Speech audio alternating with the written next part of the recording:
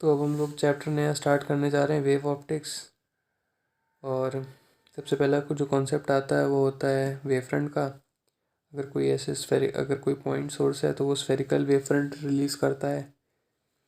कोई लंबा सा ऐसे कोई सोर्स है तो वो सिलेंड्रिकल वेव फ्रंट रिलीज़ करता है। और अगर पैरेलल बीम ऑफ रेज आती हैं तो वो एक प्लेन वेव फ्रंट बनाते हैं, ठीक है। और जैसे दो वेव फ्रंट है ना, इनके बीच का डिस्टेंस हमेशा लैम्डा होता है। और जो रेज़ निकलती हैं ना, जो रेज़ निकल रही हैं उनके बीच में और वेव फ्रंट के सरफेस के बीच का जो एंगल रहेगा वो हमेशा 90 डिग्री होगा। और जैसे यहाँ पे देखो, ये भी 90 डिग्री, ये भी 90 डिग्री, ये सब 90 डिग्री होंगे, है ना। ये देखो, ये भी 90 डिग्री, ये भी 90 डिग्री। अब बात आती है कि और क्वेश्चन कैसे आएंगे इसके। तो क्वेश्चन कुछ ऐसे आते हैं कि जैसे कि यहाँ पे एक स्लैब दिया हुआ है ग्लास का। पूछा गया है कि पूछा गया है कि मतलब इमर्ज होने के बाद कैसा वेव फ्रंट होगा, ठीक है। तो इसको हम लोग कैसे सॉल्व करेंगे। तो देखो, इसका तो प्लेन वेव फ्रंट होगा क्योंकि पैरेलल बीम ऑफ रेज है। पैरेलल बीम ऑफ रेज है तो प्लेन वेव फ्रंट आया। अब ये प्लेन वेव फ्रंट है, ये ग्लास के अंदर घुसेगा, ग्लास के अंदर घुसते जाएगा अनटिल दिस पॉइंट, ठीक है। इस पॉइंट पे आने के बाद हम लोग क्या करते हैं, देखो ये जो वेव फ्रंट है ना, इसके छोटे छोटे पॉइंट्स हम लोग ने प्लॉट कर दिए हैं, ठीक है। अब देखो, ये जो वेव फ्रंट जब यहाँ पे आएगा, ठीक है, ये तो एयर में आ गया, ये सारे ग्लास में है। फिर देखो, ये एयर में आ गया, ये सारे ग्लास में, और फिर जो नीचे वाला है ये भी एयर में आ गया। अब क्योंकि हम लोग को पता है कि जो लाइट होती है उसकी स्पीड एयर में ज़्यादा होती है, ग्लास में कम होती है, ठीक है। अब जो वेव फ्रंट है उसकी भी स्पीड हम लोग वैसे ही कंसिडर कर सकते हैं। तो जो वेव फ्रंट की स्पीड होगी एयर में वो ज़्यादा होगी, तो वो ज़्यादा डिस्टेंस ट्रैवल कर लेगा। और जो ग्लास है उसकी स्पीड, उसमें जो वेव फ्रंट की स्पीड होगी वो कम हो जाएगी। तो जो ग्लास का वेव फ्रंट है वो कम डिस्टेंस ट्रैवल करेगा, ठीक है। जैसे कि अगर टी टाइम में जो एयर वाला वेव फ्रंट है उसने अगर इतना डिस्टेंस ट्रैवल कर लिया है, तो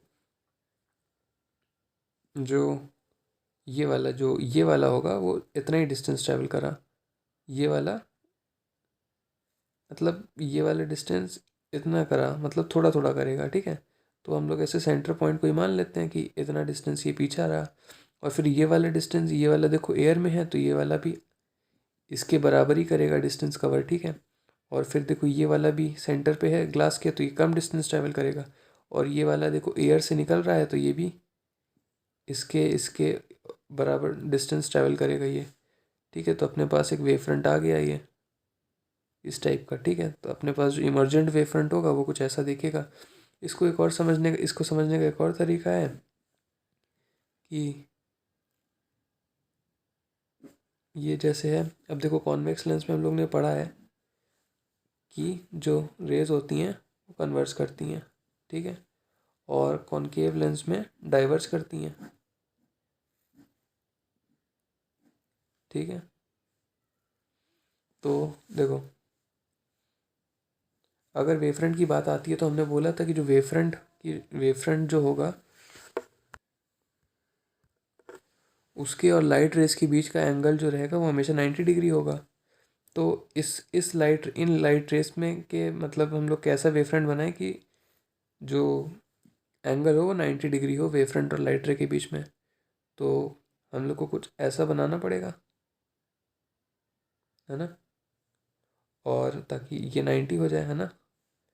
और इस वाले केस में ऐसा वेवफ्रंट बनाना पड़ेगा ताकि 90 हो जाए, ठीक है। तो जब लाइट रेज इसमें आई, ठीक है, और कन्वर्ज हुई,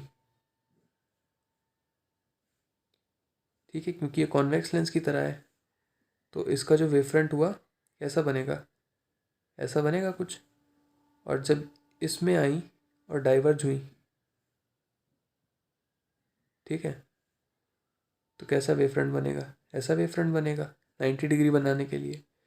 और फिर जब इस वाले पार्ट में आई तो कन्वर्ज हुई, ठीक है, तो ऐसा वेवफ्रंट बना। तो अपने पास जो फाइनल वेवफ्रंट होगा वो कैसा हो जाएगा, ऐसा। और फिर ये वाले का ये, और फिर ये वाला वेवफ्रंट। ये अपने पास आ गया फाइनल आंसर, ठीक है। तो अपने ने ये सॉल्व कर लिया। अब फिर बारी आती है interference of light. Interference of light की कंडीशन क्या होती है कि कोहेरेंट सोर्स होना चाहिए, कोहेरेंट सोर्स, ठीक है। मतलब कि जो फ्रीक्वेंसी है सेम होनी चाहिए, ठीक है। उनके बीच का जो फेज डिफरेंस है डेल्टा फाई 0 हो या तो फिर कांस्टेंट हो, ठीक है। और तभी मतलब एक सस्टेन्ड इंटरफेरेंस पैटर्न बन पाएगा, ठीक है। और जैसे कि अगर हम लोग को दो इक्वेशन दे दी गई हैं, y1 is equals to a1 sine omega T minus के x, y2 is equals to a2 sine omega T minus के एक्स प्लस फाई, ठीक है। तो फाई यहाँ पे अपना फेज डिफरेंस है इन दोनों के बीच का, क्योंकि अगर हम लोग करें ना ओमेगा टी माइनस के x plus phi minus omega T minus के एक्स, तो अपने पास फाई बचता है, ठीक है। तो अगर जब ये दोनों लाइट रेज आपस में मिलेंगी तो इनका जो रिजल्टेंट एम्पलीट्यूड होगा उसका एक्सप्रेशन हम लोग simply a1 square plus a2 square plus 2a1 a2 cos phi से दे देते हैं, ठीक है। और अगर हम लोग को बोला जाए कि जो फाइनल वेव होगी उसका फेज डिफरेंस क्या होगा, तो उसको हम लोग tan थीटा मान लेते हैं, ठीक है। उसका क्या होता है a2 sine phi upon a1 plus a2 cos phi, ठीक है। अब हम लोग ये सोच रहे होंगे कि मतलब थीटा क्या है, ठीक है। तो ये अपने पास a1 है, ये a2 है, इनका जो रिजल्टेंट ये a1 एम्पलीट्यूड है, ये a1 एम्पलीट्यूड है वेव का, ये a2 एम्पलीट्यूड है दूसरी वेव का। इनका जो रिजल्टेंट एम्पलीट्यूड a है, ठीक है, वो हम लोग ने ऐसे निकाल दिया।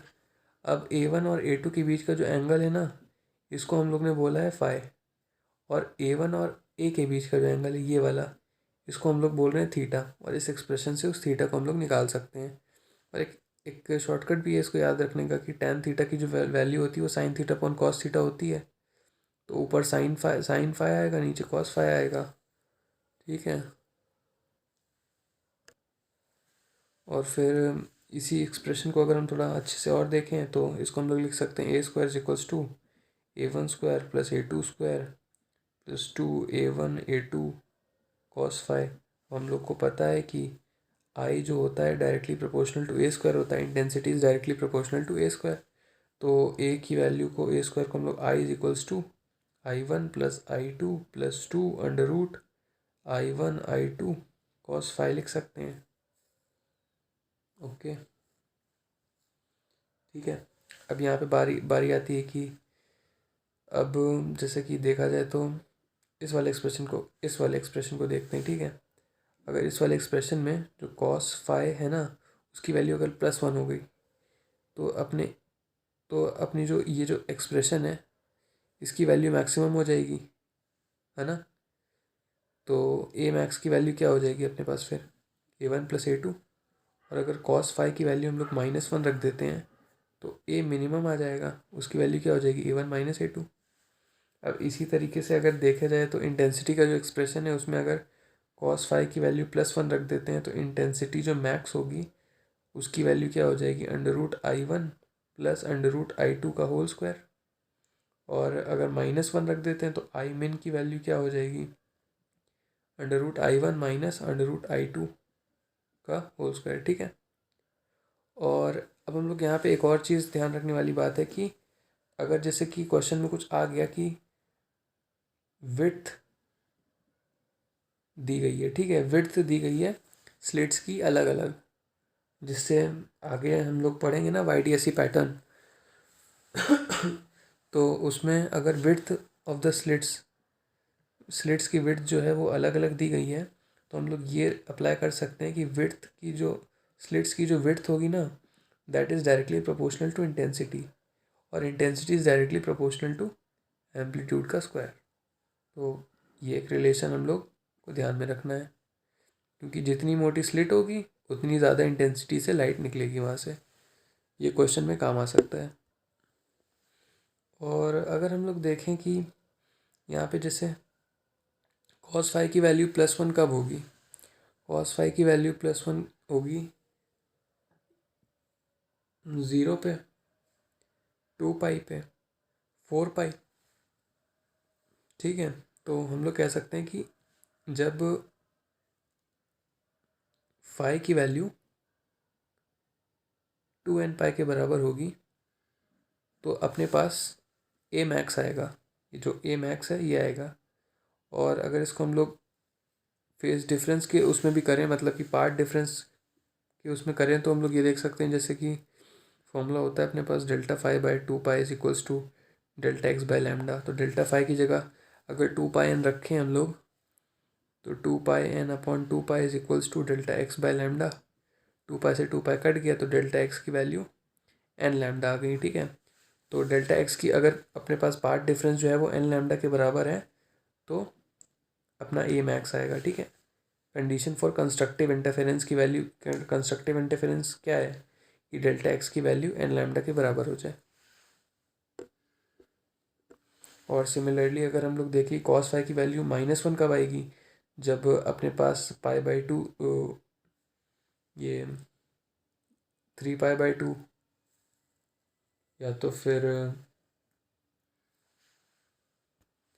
सॉरी ये 3π, मतलब कि जैसे डिस्ट्रक्टिव इंटरफेरेंस का कब आएगा, मतलब जब कॉस फाई की वैल्यू -1 होगी। -1 कब होती है, पाई पे होती है, 3π पे होती है, 5π पे होती है, मतलब ऑड मल्टीपल्स पे आ रही है। ठीक है, तो हम लोग उसको 2n+1 π/2 लिख सकते हैं। ठीक है, इसी को अगर हम लोग ये Δ φ की वैल्यू इसके बराबर हो जानी चाहिए तो अपना एम्पलीट्यूड मिनिमम आएगा। और इसी का अगर हम लोग पाथ डिफरेंस निकालें तो पाथ डिफरेंस की वैल्यू जो होती है वो आती है अपनी 2n+1 λ/2। इस फॉर्मूले में डाल के आप चेक कर सकते हैं, वही आएगा। और यहाँ पे जो n, ये दोनों केस में जो n है वो हम लोग 0 से स्टार्ट करेंगे। यहाँ पे भी 0 से स्टार्ट करेंगे और मैक्सिमम वाले केस में भी 0 से स्टार्ट करेंगे और मिनिमम वाले केस में भी 0 1 2 3 ऐसे रख सकते हैं हम लोग।